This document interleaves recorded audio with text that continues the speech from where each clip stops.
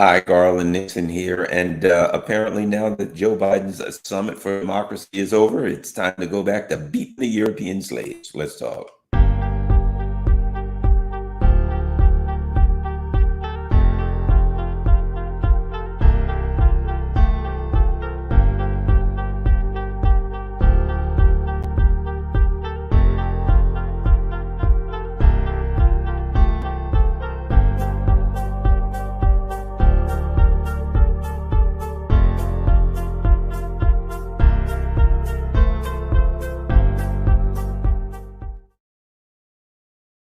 Hi, Garland Nixon here. And so the first thing I mentioned, and I had to do it for the purposes of irony, and that is the Joe Biden Summit for Democracy. As you know, recently Joe Biden, I think it was virtual this year, had a summit for democracy. They have reinvented the Cold War. They have reinvented the democracy versus communism, right? That's what it was in the past. It was democracy versus communism. So that rhetoric has been reinvented, and it's now democracy versus authoritarianism, right? Authoritarianism, telling people what to do. I'm in charge, and you better damn well do what I say because I am in charge. I am the authority. As Cartman said on South Park, you will respect my authority. Right. And that's what Joe Biden doesn't want. That's what he opposes. He's 100% against that. He's not down with telling people you must respect my authority. And he had his Summit for Democracy to make that point. Right now, keep in mind something. The issue of democracy, right? What is that demos? It's supposed to be the rule of the people. It's supposed to be bottom-up rule. It's supposed to be the masses versus the few, right? Lots of people spread out, large numbers of people should be able to make the decisions and decide what's in their best interest, as opposed to a few elite rulers, right? That's ideally the idea. So let's take a look at what's happening now. We're going to start by taking a look at what's going down.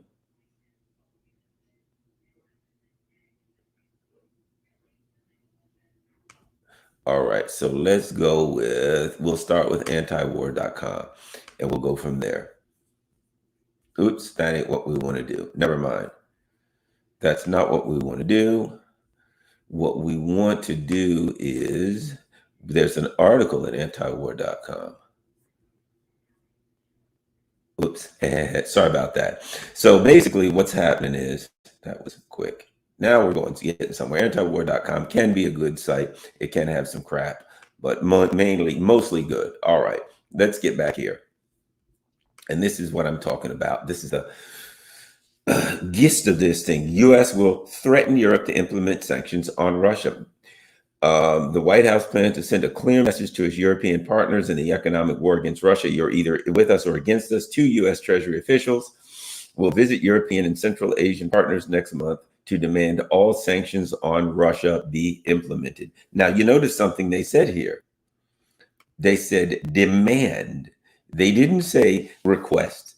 They didn't say ask. They didn't say have a discussion about sanctions and try to point. No, they said they're going to demand it. A demand means generally that let me put it a different way. A demand implies that if the person doesn't take the action that you are requesting, that there will be some counteraction, right? I demand that you do this. If you ask me to do that, that doesn't imply a counteraction. It just implies that I would like you to do this. A demand, sorry about that. Okay, a demand implies that if you don't, something else will happen, right? So let's look at let's look at the article that this came from and talk about this.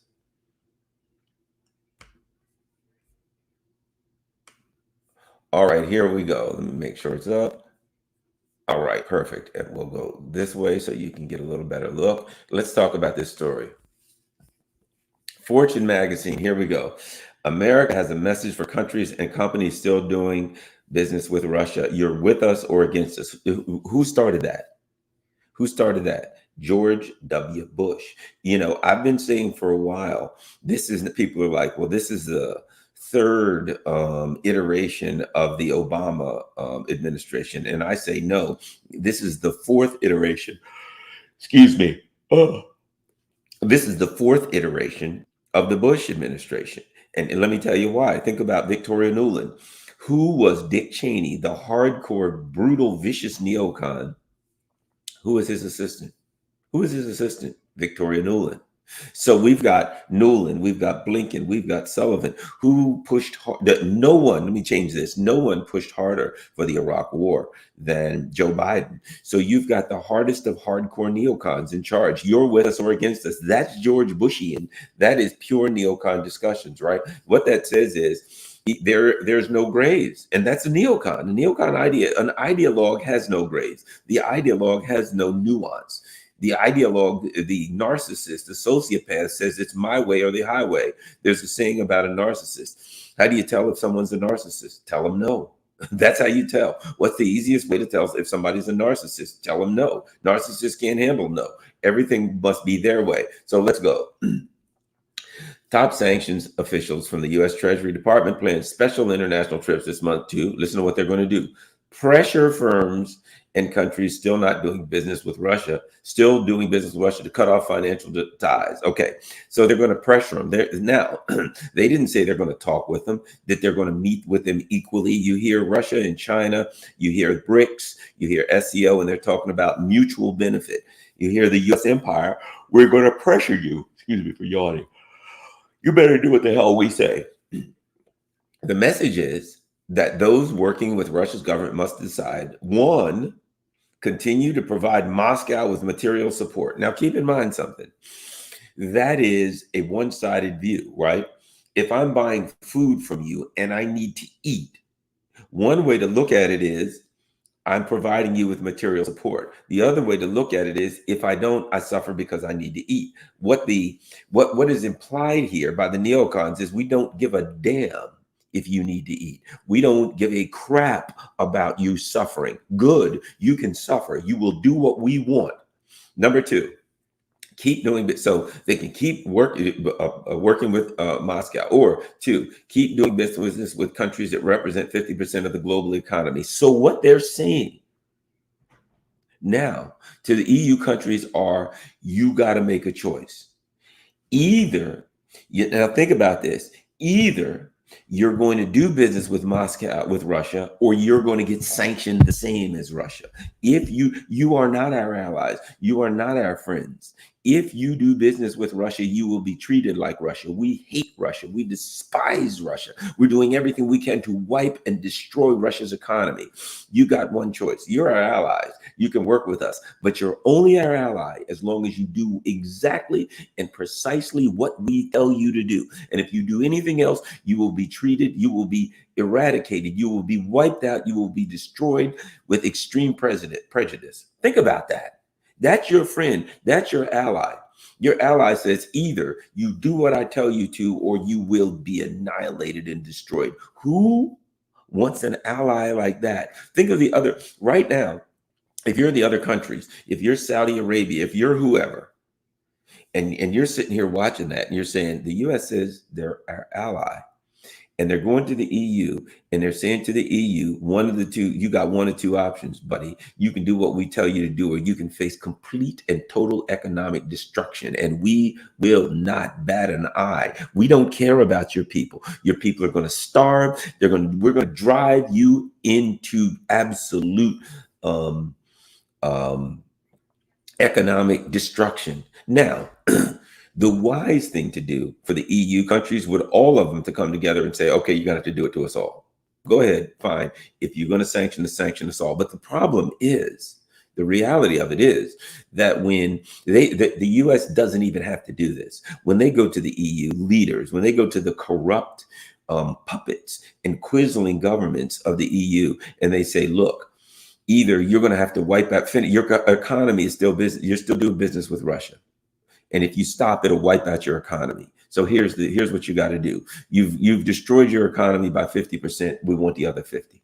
We want your economy destroyed. We want your people without food. We want your people without heat. We want your people without everything.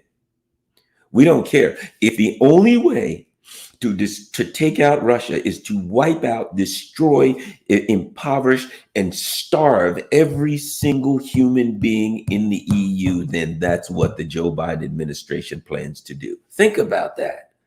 This is the summit for democracy. Either you will do what we tell you. You are a weapon. And let me add this. What they're saying is, well, let me stop for 1 second so I can talk about this. What they're saying is, and I've said this for a while. What they're saying to Ukraine is, I mean, to the EU is, you are nothing but another version of Ukraine to us. That's all you are. You're another version of Ukraine. We are throwing Ukrainian bodies in the wood chipper so that they can starve and they can suffer and they can do whatever we tell them to do. And as many of them die, so be it. If every one of them dies, so be it. That's what they're there for. They're there to die. That's what the neocons believe. And now they're saying to Europe, look, you guys are still doing business with Russia. And the Europeans are like, well, yeah, we have to, because they're right next to us and they got a lot of stuff that we need. We need food in order to survive. We just can't survive unless we do business with them. And the neocons are saying, look at me. You think you see anybody who cares whether or not you survive? Your job is not to survive. Your job is to do what I tell you to do. Your job is to be sacrificed. And if you don't survive, that's all the better. Who care? What do we care? We're coming to tell you this. We have permitted you. We have suffered you the effrontery to exist long enough. And that's over. We've suffered you. We've allowed you to still have an economy. We've allowed you to do a little business with Russia so your people won't completely turn into, the Paris streets, right? We've suffered that long enough. We ain't suffering it anymore. From now on, whatever happens to your people happens. We understand that this is the end of your economy. We understand that your industry will be gone. We understand you won't have food. You won't have clothing. You won't have anything. And we really don't care.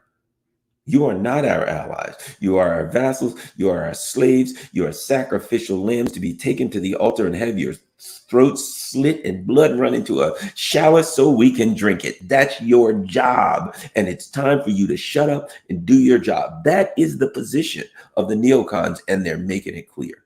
And I'm glad. I'm glad to see it. Let's get back to this article.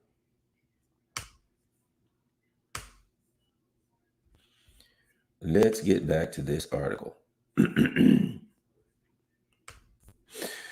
Those are the choices to be laid out. Senior Treasury officials told reporters on a call Friday they spoke on the condition of anonymity.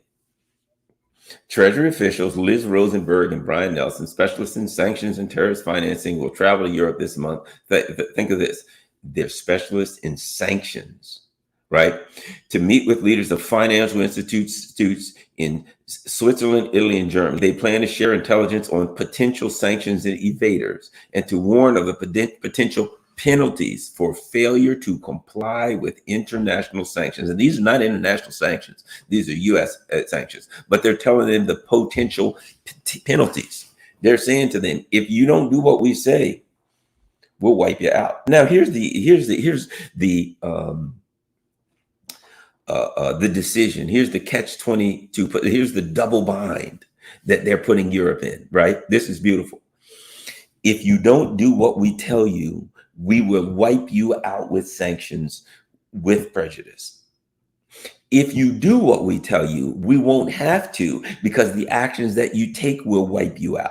If you do, so it's the ultimate double bind for European leaders. If they do what they're told, the people are going to go crazy and burn the place down because they'll be starving and have no jobs. If they don't do what they're told, the people are going to go crazy and burn the place down because they'll be starving without jobs. In other words, the U.S. is saying end of the road for Europe. End of the road for Europe.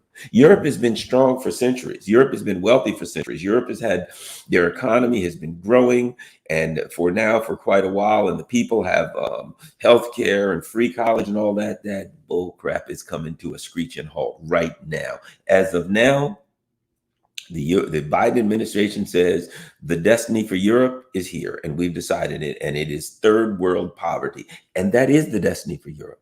You see, they have quisling leaders. They have traitors amongst them that are running them. That is their destiny. right?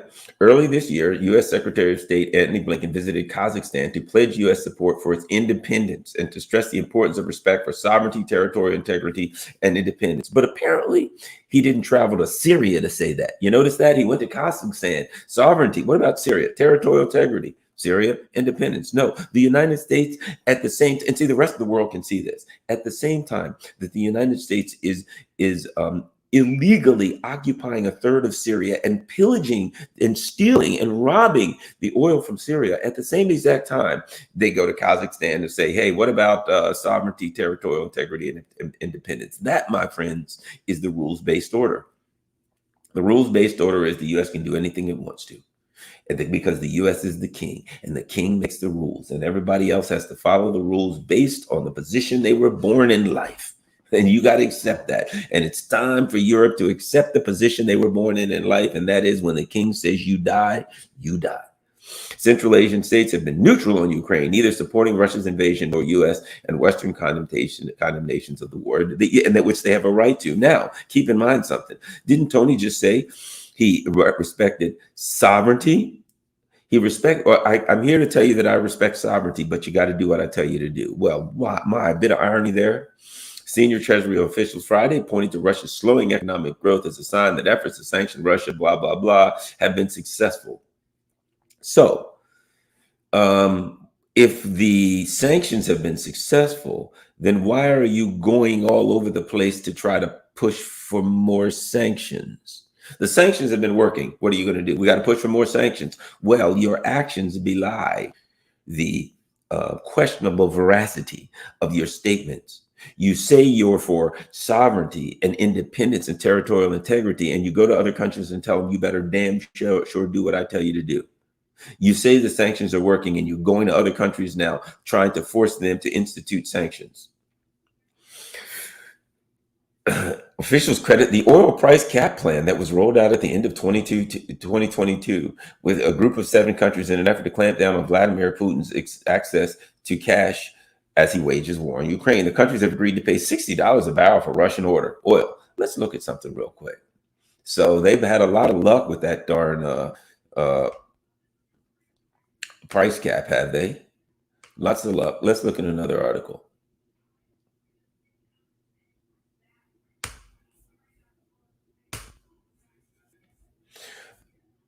OPEC, Saudis aren't afraid of U.S. anymore. The shock oil production cuts from May outlined by OPEC Plus on Sunday essentially means that the 8 key OPEC countries decided to join hands with Russia to reduce oil production, messaging that OPEC and OPEC Plus are now back in control of the oil market. No single oil producing country is acting as the Pied Piper here. The great beauty about it is that Saudi Arabia and 7 other major OPEC companies have unexpectedly decided to support Russia's efforts to unilaterally reduce production, right? What has led to this? Fundamentally, as many analysts had forewarned, the Western sanctions against Russia oil created distortions and anomalies in the oil market and upset the delicate ecosystem of supply and demand, which were compounded by the incredibly risky decision by the G7 at the behest of the U.S. Treasury to impose a price cap on Russia's oil sales abroad. On top of it, the Biden administration's provocative moves to release oil regularly from the U.S. Strategic Petroleum Reserve in attempts to micromanage the oil prices and keep them abnormally low.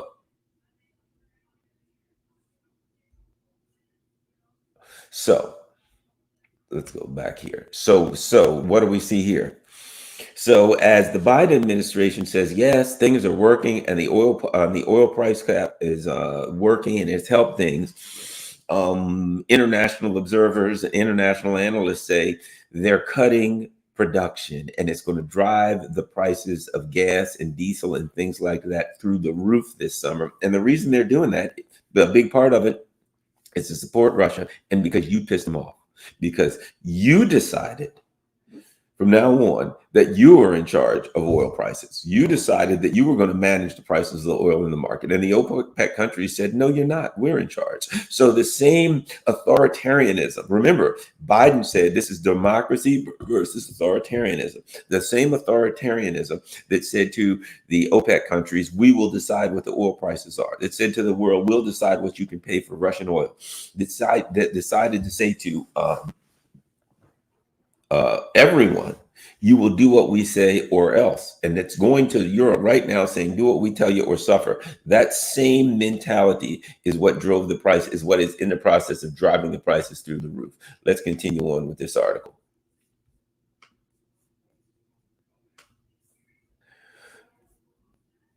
Thus far, the U.S. and allies have directly sanctioned more than 2,500 Russian firms, blah, blah, blah, blah, blah.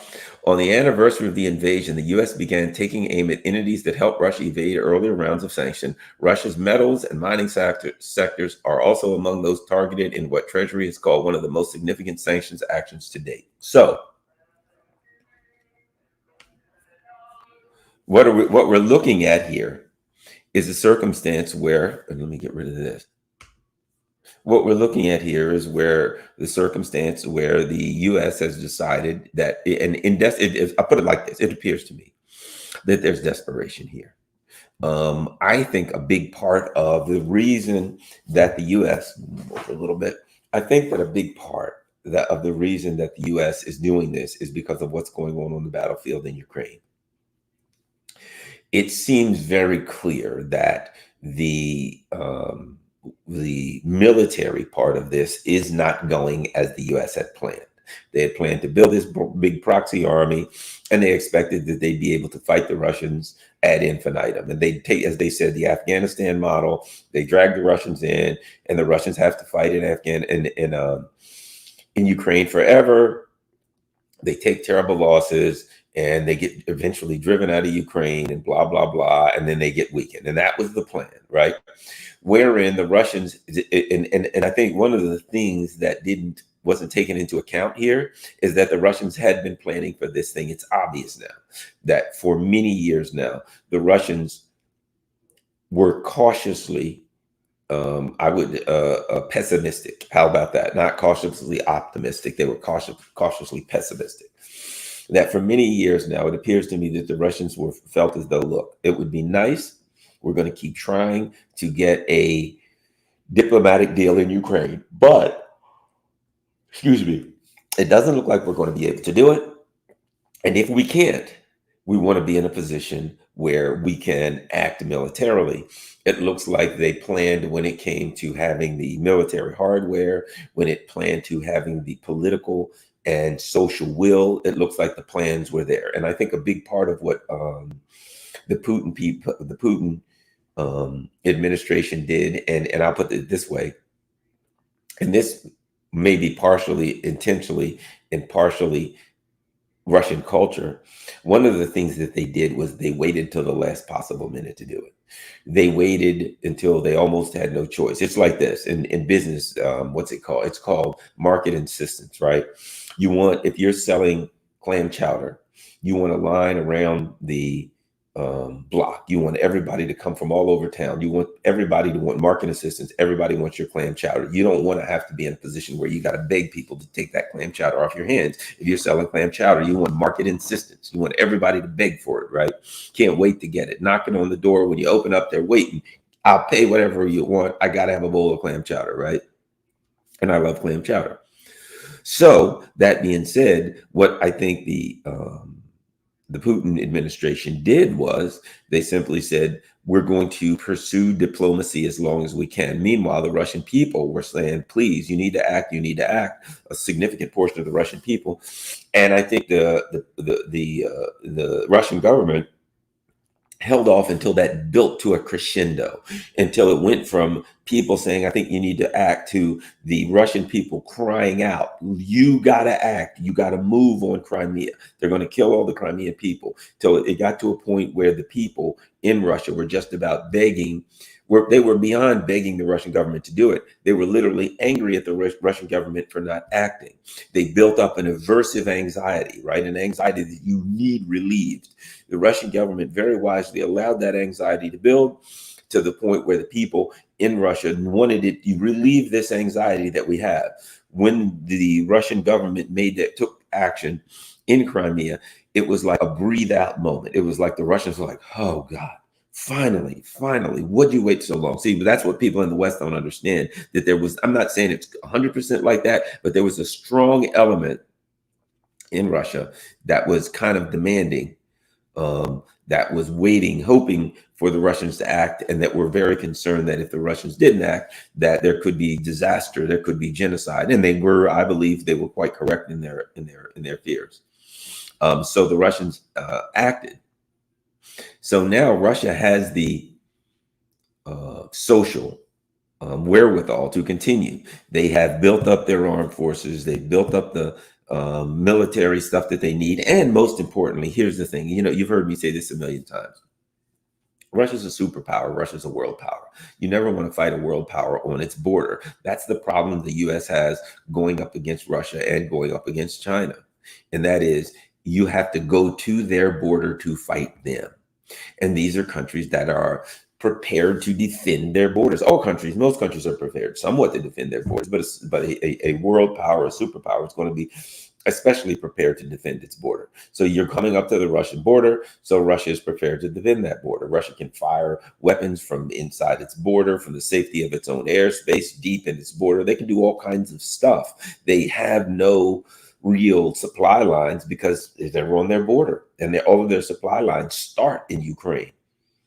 I wouldn't even consider the supplies moving inside of the Russian border as part of supply lines. They're not really supply lines until they get inside of Ukraine. So they have all of the advantages, and the neocons didn't take into account that Russia would be prepared and Russia would be quite able to use these advantages. So now what we're looking at is a circumstance where the neocons, I believe, are looking at the battlefield, and though they're trying to feed us the same old crap, oh, the Russians are losing, they're fighting with shovels, they're going to, any day now, they're going to fall. They're feeding us that foolishness. They may be. But at the same time, they understand the reality that Bakhmut is on the edge right now, Avdiivka, that as these major hubs of defense hubs, we'll call them, for Ukraine start to fall, the more that falls, the faster they'll fall.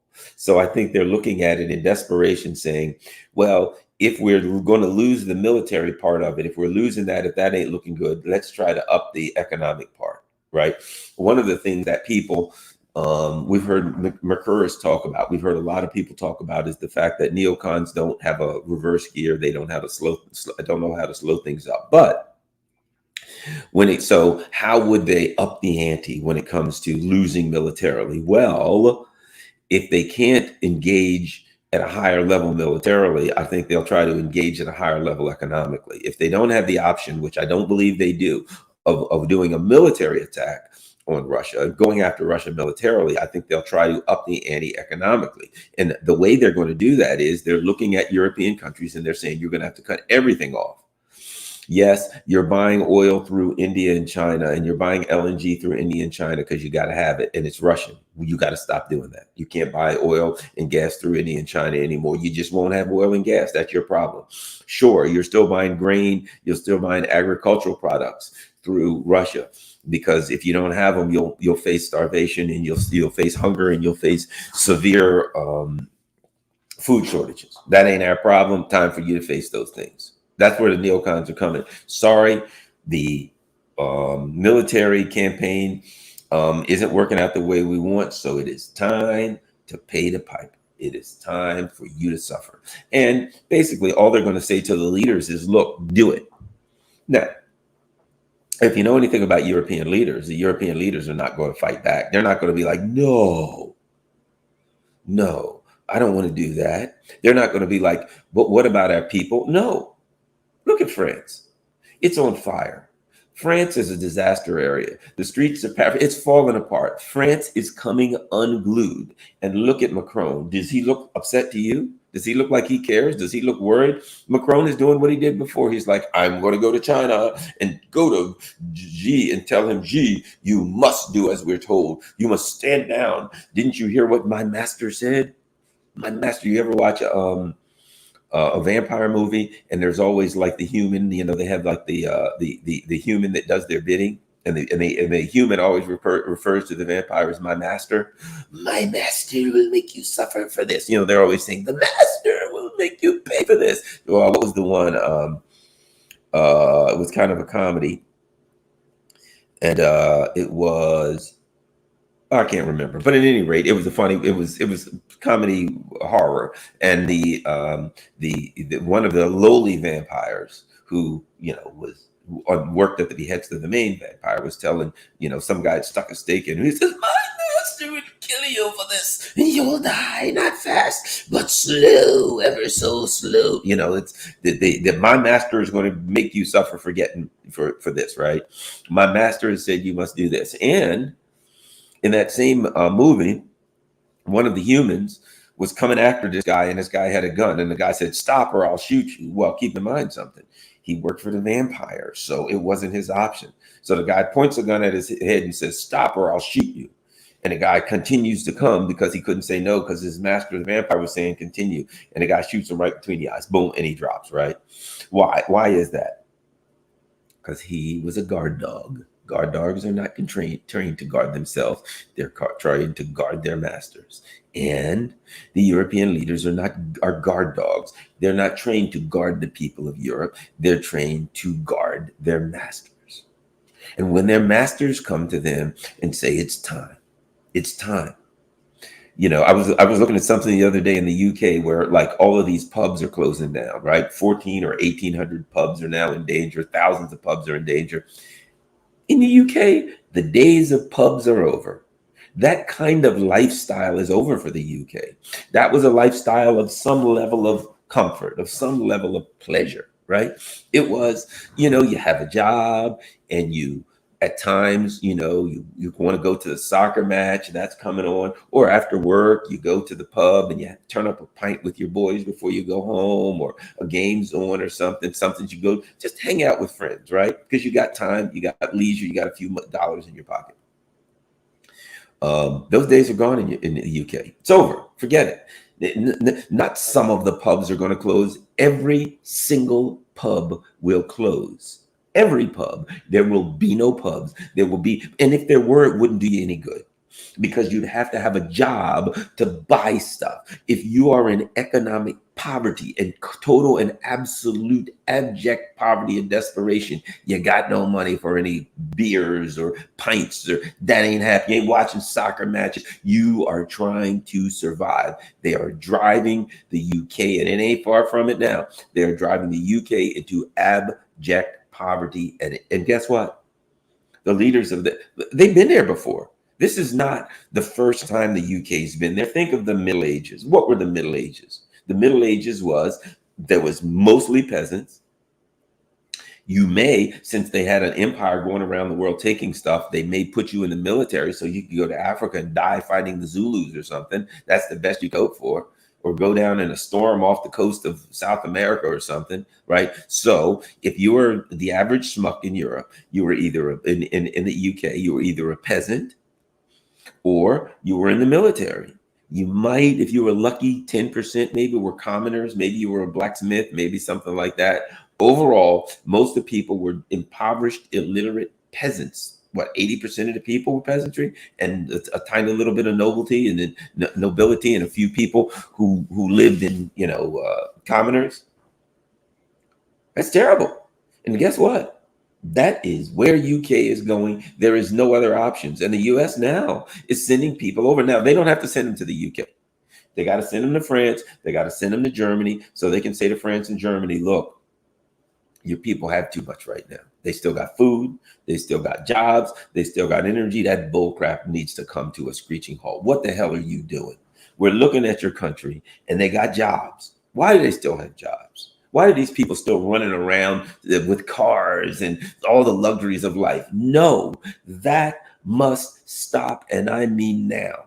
It's time to sacrifice these people. They're living too good. See, the truth is, if you're really honest with yourself, if we're really honest about it, it comes back to this.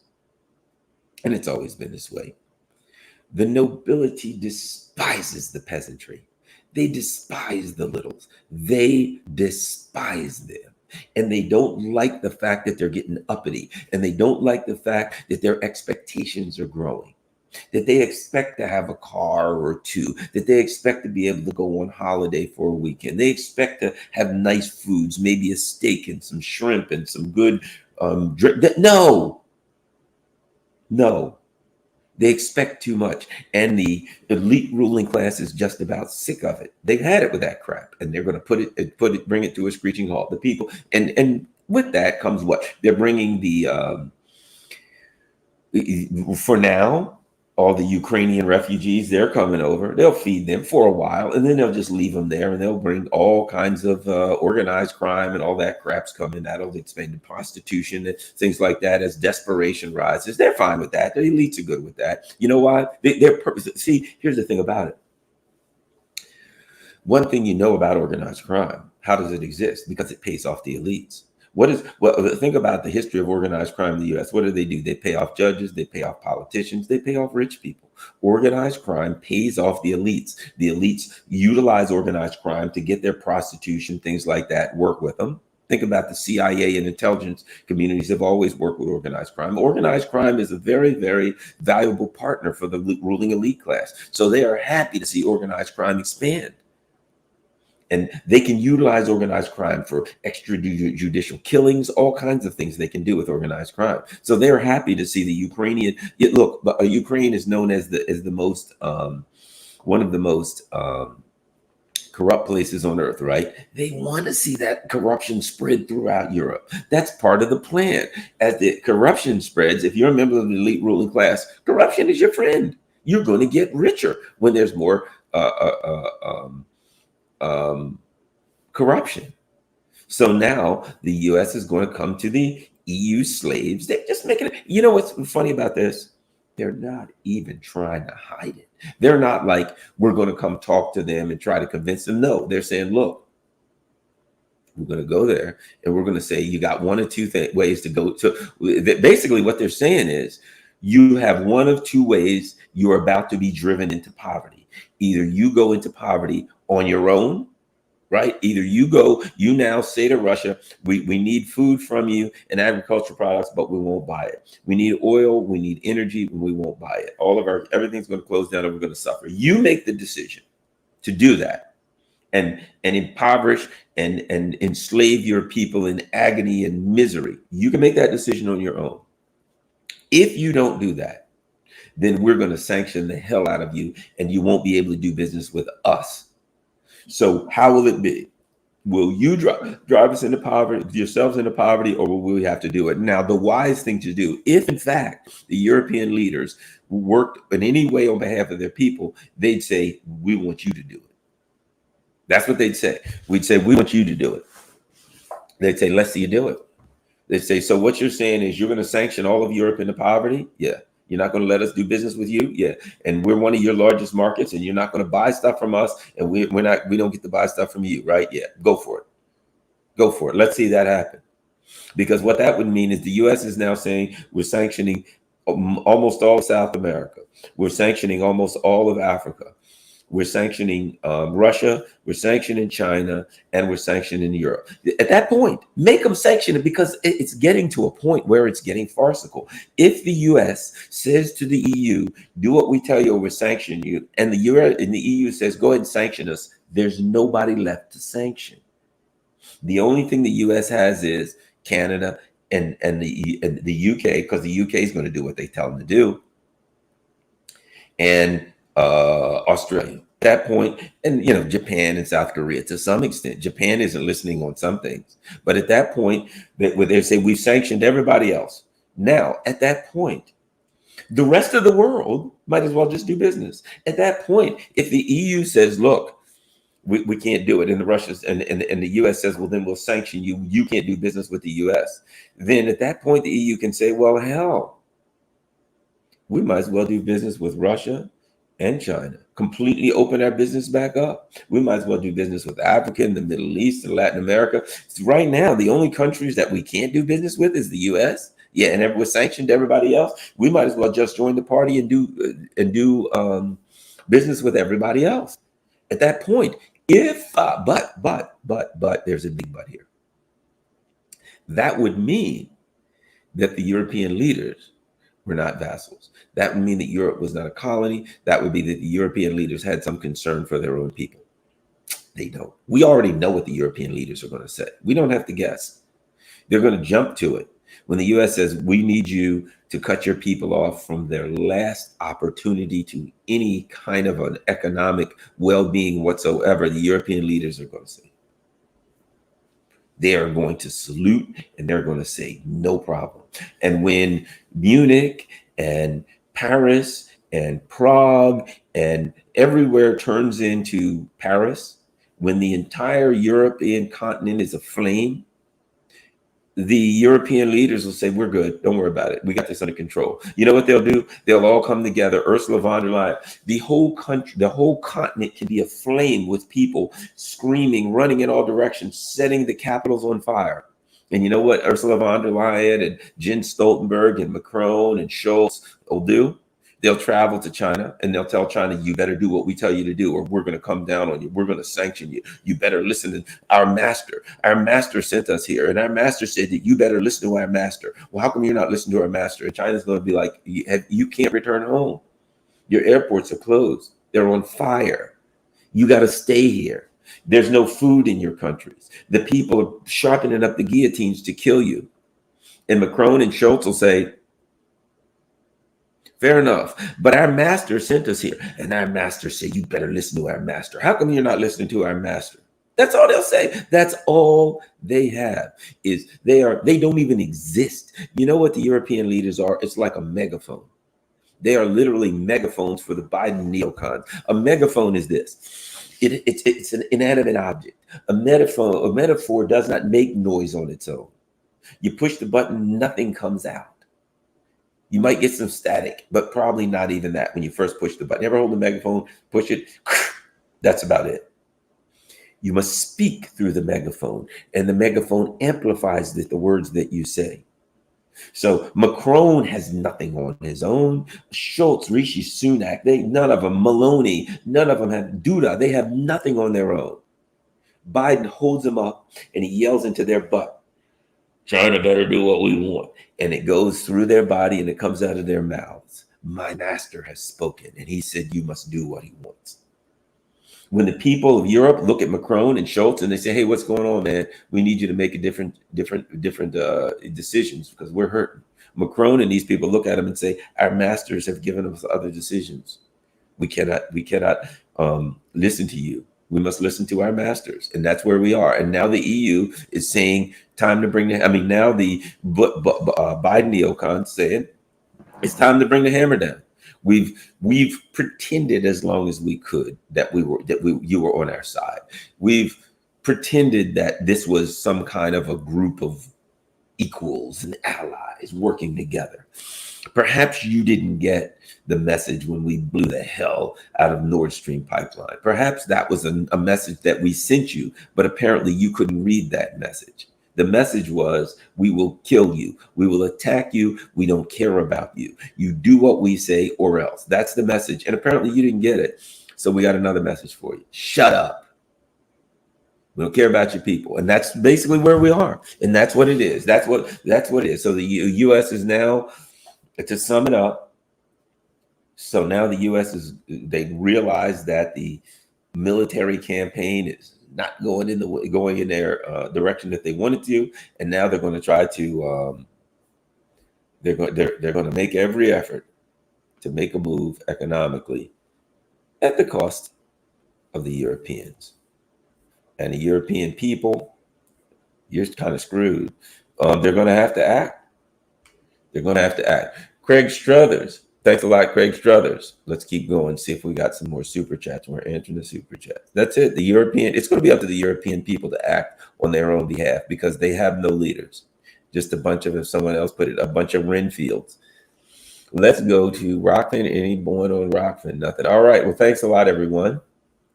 I certainly appreciate it. Let's look. We'll look at a couple of things that people have to say. Heavy construction in progress in a southern city in Finland. U.S. already building up facilities for bombers. Humpty Trumpty is no outsider to the Roman occult. The multitude of Roman loyal. Let me tell you something.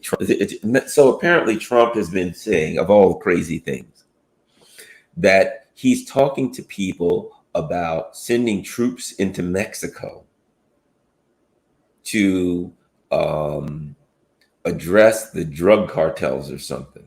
Think about this. The U.S. now is looking under Trump. He comes in. These neocons are crazy. This is what he's been saying. We got to get rid of the neocons. We've got to stop the warmongers and the neocons before they destroy this country. Okay, Trump, what do you want to do? Invade Mexico. And people think he's some like, oh, yay, Trump, hooray. Right now, I'm leaning towards probably RFK myself if he runs. I hear he's running. But I don't know. Right now, I'll probably do what I always do, which is vote for third party. We tricked Russia into getting their missiles out of Cuba in the 60s, and you use NATO to keep them out. We lined them with our missiles. Well, there's more to it than that. The Great Garland is world-class analogy. So thanks a lot. How about this? They're going to screw the world over and rob the earth dry of food and water and wealth, and they're going to fly off to Mars with Elon. Yeah, well, they ain't going to Mars, my friends. They ain't going to Mars. Please study history very carefully, as I have before, showing your ignorance and having the audacity to foolishly disagree with the God of all known human history. Who would that be? Biden, I guess. Kevin Gump. We have 800 military bases in 70 countries around the world. Even the Nazis didn't do that. Yay, we beat the Nazis. We're the #1 terrorist organization in the world. We beat the Nazis. Well, kind of really in league with the Nazis. We became the Nazis. Please study history. Okay, I already read that one. How about this? If you think the FN system will collapse without a huge F flag bank, blaming it all on Russia or China, that's wishful thinking, event pending. Oh, we got, let's see what. JV Manila, hey Garland, great program as always. What would you say of the process of a war starting in Southeast Asia? I don't know. I just don't know. I don't know. I'll mention one of the things one of the problems that the U.S. has in starting a war in Southeast Asia is they're trying to go China because they want China to shoot first, right? And China is not stupid enough to do that. China is not going to, I don't see China ready to shoot first. So the possibility is there. I don't know what the odds are, but China's not just going to wake up because China knows, I've said this for a while, China knows that time is on their side. And if time is on your side, use time. You know what I mean? If something's on your side, use it. And I think the Chinese know. Look, if they wait a year, I don't think the U.S. economy has a year. So they're sitting here waiting. To some extent, the Chinese can wait for the U.S. to crash, and you know what I mean. They can wait for the internal turmoil of an economic crash that's coming in the West. I think one of the things that Russia and China is doing is they're being patient because they realize that an economic crash is coming, and it's going to be a whole lot harder for the U.S. to project externally with an economic crash. Let me add this. I think another thing they're doing is bringing on the rapid onset of the dollar destruction, because that's the other part of it. If the dollar crashes, look, they don't have to blow up a single base. What happens if the dollar crashes? The U.S. cannot afford 850 bases around the world if the dollar goes into hyperinflation. Can't afford it. Can't afford it. What happens if for some reason the dollar is worth 1/10 of what it is now? That means that an $850 billion budget for the military turns into an $8.5 trillion budget because the dollar's worth a tenth. What happens if the value of the dollar drops in half? An $850 billion budget becomes a $1.7 trillion budget for the military. And on top of the fact that everything in the United States is collapsing at the same time. So to some extent, I think that Russia and China are being patient. You can see what's happening with their what I would call is there's an attack on the dollar, and I don't mean that in a way an assertive attack. I mean that in that so many countries are tired of U.S. sanctions. So many countries are tired of U.S. Coercive means with a coercive economic means that there's de-dollarization going on. And as country after country stops using the dollar is going to stop becoming the world's currency, and the United States is not going to be able to print dollars. And that can be brought on rapidly if Saudi Arabia goes to the petro yuan, and even bigger. And this is the big one to keep an eye on. Good question. And that is that the BRICS countries are looking at starting a new currency that they'll be used to buy and sell things that's backed by commodities. So what happens? This new currency comes out, right? And Brazil, and let's start here. Probably like Cuba, the countries that are most heavily sanctioned, the Cubas of the world, the Venezuelas of the world, the some other countries will switch to that sanction completely in international trade. China will then demand that. Some of your countries that sell oil will demand. Iran will. Venezuela will probably sell. They'll say we're selling oil. Oil's for sale again, and all our oil is for sale. And this new, we'll call it the blurb, will be the new currency. So Venezuela is back on the market. You can buy all the Venezuelan oil you want in blurbs. You can buy all the Iranian oil you want in blurbs. You can travel to Cuba and enjoy your travel there and everything using the blurb, right? Russia, you can buy anything you want from them. All the oil you want from Saudi Arabia. So what happens when the blurb, we're just going to call that, comes into existence, and now everybody's doing business, and all of the countries, even European countries, who wish to do business with countries that are being sanctioned. And if the U.S. cracks down on the sanctions, then let's say in the fall, that's what I understand, they're working on getting it out as soon as possible. Let's say in the fall it happens. At that point, the European countries can say, well, we're sanctioned by the U.S. We can't buy stuff in dollars. The U.S. will know it. We're going to use blurbs too. At that point, what happens to the dollar?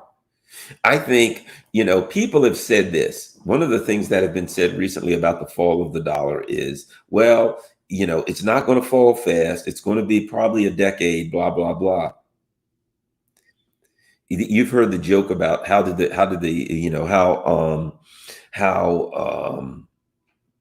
empires crash, and that's slowly and then suddenly. And I think that's what happens with the dollar. I think we're seeing the dollar is strengthening right now, right? For a number of reasons, which is not necessarily good for U.S. exports. But the dollar is strong, but for a number of reasons. And the euro, what happens? The euro probably dies first. What happens if I'm just using this name for the new currency, if the blurb comes out? And all these countries are like, yeah, we just want blurbs. We're good. Well, just give us some blurbs, and we'll sell you whatever you want. And now all of these things are transacting in this new currency. I personally believe the first thing to die is the euro. The euro collapses into hyperinflation. At that point, they're like the U.S.'s biggest trading partner. So now your biggest trading partner, you collapse it into hyperinflation. That's the other thing. The U.S. is going to destroy their biggest trading partner. So how's that going to work out? So I think that all of that gets back to the question about a war starting in Southeast Asia, a war starting in Asia. I think that the plan is to avoid that by taking economic measures that will, you don't have to punch the bully in the face. You can punch him in the kidneys. You can knee him in the groin. You can hit him in a soft spot and he'll drop to the ground. You don't need a hard strike, right? If you're fighting the bully, you don't have to fight him militarily. That's his strength. He wants to fight you militarily. You say, okay, well, good. Then I'll fight you economically because that's my strength. China and Russia's strength is what? China's strength is economic. It's industrial. Russia's strength is economic. It's commodity based. Iran, Venezuela, Saudi Arabia, most of the African countries, right? The Middle Eastern countries, what are their strength? It's not necessarily economic strength. I mean, excuse me. It's not necessarily military strength. It's economically, it's international economics. So if they want to push back against the U.S., then they can simply say we won't use the dollar. And what is the U.S. going to do? You know, sure they went after Saddam. Sure they went after Libya when they wanted to switch away from the dollar. But when you have a mass amount of countries switching away from the dollar, they can't do that. And at that point, what you got to understand is this: one of the reasons that the U.S. can print so many dollars is if you have a closed economic system. You've got the lira or whatever in your country. You've got the franc, and you print more of them. In that closed system, you get more and more and more. And they're worth less because they're in your country only. It's a closed system. There's no way for the pressure of the number of francs or lira that you're printing to dissipate, right? The reason the U.S. could print money is because it's world currency. So there was always somebody that wanted more dollars. There was always somebody that wanted to buy more treasury bonds from the U.S., right? So the U.S. could print dollars, sell treasury bonds. Anybody want treasury bonds? Everybody wants treasury bonds. Print dollars, sell treasury, print dollars. So we could always dissipate. We could always vent the pressure of more dollars by selling more treasury bonds because everybody wanted to buy them, and the dollars would dissipate out into the ecosystem, the economic ecosystem in the world. So we could just keep printing. Didn't matter for the most part. I think we've hit the ceiling there, if you want to be frank, but we got away with it for years. What happens when the U.S. is no longer the world's currency? Even if it's still used worldwide, if it's not the world's currency, you don't have that venting space. You print more dollars, the more dollars are going to stay within your economic realm, and they're not going to vent off. And you're not going to be able to, hey, anybody want to buy treasury bonds? People are going to be like, dude, I'm buying blurbs right now. And I'll be one of them. Hey, can I get $1,000 in blurbs? I want to save some money. These dollars ain't worth anything, right? So what happens now? People don't want to accept the reality that this de-dollarization is happening at a speed that no one could have imagined. Everybody thought decades. Everybody thought at least 10 to 12 years. I don't think that de-dollarization is flying. I'm not going to give it a time, but what I would say is this: slowly and then suddenly, right? As has been said about the end of so many things. You know, that's one of the adages that's used so frequently now. What I think is nothing much is going to happen with the dollar for a while, maybe 6 months, maybe 8 months, maybe 3 months. I don't know. But I do think that when the blurb, we're calling it, when the BRICS comes out with their new currency, the ground will shift beneath us. And at that point, Russia and China is not going to have to go to war with the U.S. The U.S. is going to have to try to figure out how to survive in a world where the dollar is not king. Now, one of the things that means, I think, is this: for the people of the U.S. in the long term, even in the medium term, people are horrified. Yeah, things ain't going to be that great, but what it will do, it'll force the U.S. to live within its means. That's what it'll do. We won't be able to just borrow money and build bases and bombers and all those kinds of things and just throw money away willy-nilly.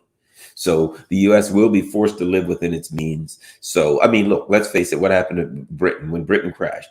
Was that the end of Britain? No. But the Great Britain, what it did was it just attached itself to the U.S. empire and kept going on. It didn't say I'm not going to be an empire anymore. It just attached itself to the U.S. empire. It was already attached, but it was attached as its own brand of an empire, as a smaller empire, or as an empire of some type. It attached itself to the U.S. empire. The U.S. empire grew, but now they've gone too far. And so my thought is, when the new currency comes out, you will see a fairly rapid, and I mean within 6 to 12 months, some maybe much quicker, some level of inflation in the U.S. will start to go up. The U.S. will have some major problems, and the people here will start to ask questions. We could be in a recession or depression much quicker. You know, we could see some bank crashes. I don't know, maybe not, but I think the issue is Russia, China. They're watching what's happening. They're keeping their purse strings tight. They're preparing for a new economic paradigm, more so than war. They're trying to avoid war with the United States and allow that new economic paradigm to handle itself. All right. Thanks a lot, everybody. Wow, that's an hour gone by. All right. Rome itself needs to cough up the 32 trillion and provide 100,000 for every innocent man and woman and child. After you, that's what half what they owe us. Yes, but that ain't who they are. We had Afghanistan totally handled and then left to get Iraq, which was not, well, we never had it totally handled, to be quite frank. God's new crypto coming soon. The blurb. There you go, man. Buy your blurbs. All right, thanks a lot. Let me see if there's anything on Rockfin. New. No, nothing happening on Rockfin. Thanks a lot, you all. And as usual, don't forget, you can do whatever. Patreon.com. Certainly appreciate it if you could do patreon.com/Garland Nixon. PayPal is an option. If you can do $3, $4, $5, $10 a month, $20, whatever you can on Patreon, I certainly appreciate that. PayPal, buy me a coffee is an option. A lot of people use that. Good old Cash App, if you can, anything you can to help the channel. And become a member over there at rockfin.com. That is my alternative free speech, uncensored platform, rockfin.com/Garland Nixon. No advertisements, no censorship. So you can become a member, no charge over there at rockfin.com. Of course, if you can, Rockfin does stay in business by allowing subscribers. That's $14.99 a month. And if you join for a year, it's $12, about $12 a month, because they give you a couple months free, something like that. But at any rate, if you can afford it, if you can't, don't worry about it. Just go to Rockfin, become a member. You get all my stuff. The only thing I do for subscribers, I do a subscribers only show on Wednesdays from 9 to 10 a.m. with Scott Ritter every Wednesdays. That's for subscribers. So if you can be a subscriber, if you can afford it, that would be greatly appreciated. If you can't, then just become a member. Make sure you become a member in case they toss me off of YouTube. And as I said, no advertisements over there. Thanks a lot, everybody. I'm out.